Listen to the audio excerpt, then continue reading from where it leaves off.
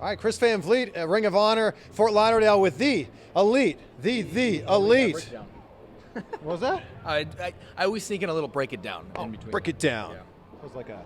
Yeah, It's kind of like our song we do, a cappella, every time. Yeah. Is this okay that I'm sitting like kind of on the arm You're here? gonna have to see a chiropractor later, but yeah, I think it's okay. Like if I was at a Ring of Honor show and someone was sitting like this in front of me, I'd be very angry at them. Absolutely. Absolutely. This This would be a weird pre-show. Yeah. We won't tell anyone. Don't worry. Yeah. With the amount of T-shirts that you guys have, Kenny, you should have one of them on. Well, I've been looking particularly flaccid lately, as everyone's been telling me. So, is that the word? Is that the word you guys were saying? No, it's vascular for the last Oh, time. jeez. Okay. Sorry. Same. They have the same meaning. They really do. I knew something similar to that. You guys ready for tonight's show? Yeah. We Feel it. always are. When you put us three together in a 6-man tag, I don't care. Like I could be as jet lagged as possible. I'll always be ready for that. Easy peasy.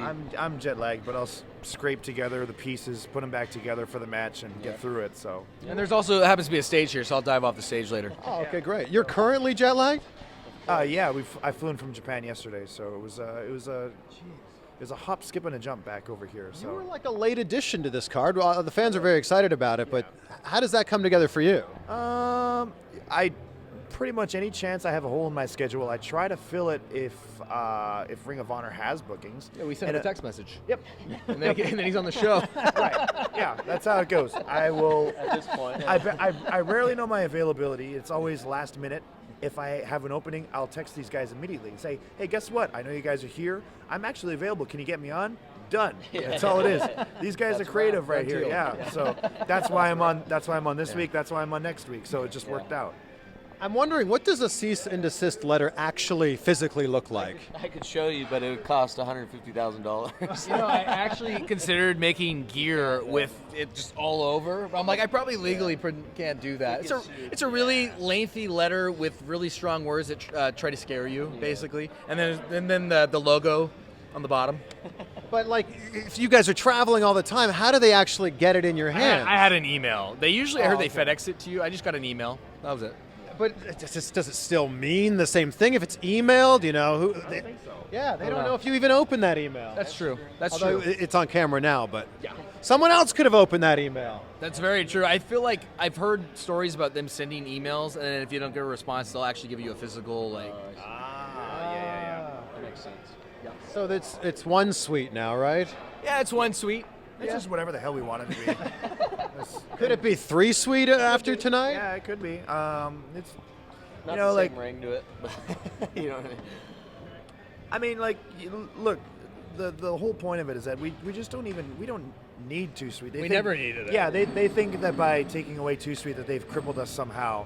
Like, we're really sticking it to them. Now they're not going to sell any merchandise. Yeah. Not the case. We could care less. We've sold more, actually, to be honest. Yeah. Oh, the best opening day for a T-shirt we've ever had was our Season Desist T-shirt. Like, by far, blow away. Yeah. So how quickly did you guys come up with the idea of, well, if we can't do 2 suite, we'll just do 1 suite? It was Kenny's idea. Yeah, it just, Almost immediately. yeah. And then it was a T-shirt like the next day? Yeah. Digits, you know what I mean? Yeah, give me those Yeah, digits. give me those. I came up with the phrase, give me those digits or whatever. So I thought it was pretty funny, just because the word digit is, as those used for the digits, fingers, man. is good. Let's Yeah. touch digits. As far I as like the it, yeah. Season Desist, I knew we were going to have a T-shirt. Like, I opened the email, and like I didn't even finish reading the email yet, and I already know I was doing a Season Desist T-shirt.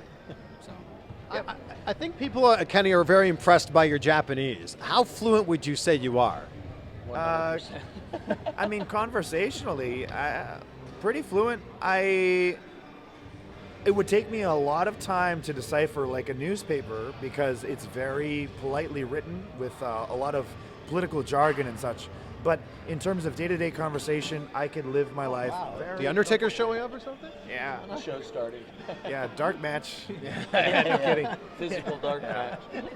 He's great. He gets us by everywhere if we're in an old town in Japanese and they have no English menus or something. He's fine. So very fluent. Yeah. Did you feel it was something that you had to learn or something that you wanted to learn? No, I mean, when I was in DDT, we didn't have any English translators, and we didn't even have like any sort of we didn't have any other foreigners either, because we were just a very small indie. They could only afford one guy at the time, which just happened to be me. And as I was gaining popularity, fans wanted to meet me. Fans wanted to converse with me. I was having fan events, and there was one dude who was became a really good friend of mine who went to college in Alabama, so he could speak fluently, but he was having to relay everything I was saying back, and I kind of felt bad for him, even though he was my friend. And there were also times, because he also had a job as a personal trainer, he couldn't be there all the time. So I took it upon myself to learn, because there's going to be times when I'm going to have to be on TV on my own. Yeah. They're not going to want to pay for two people. I'm going to have to do fan events on my own. The other guy's going to be working. It was a very career-minded decision, and also just I wanted to get in touch more with my fans and make that connection, wrestler-fan connection.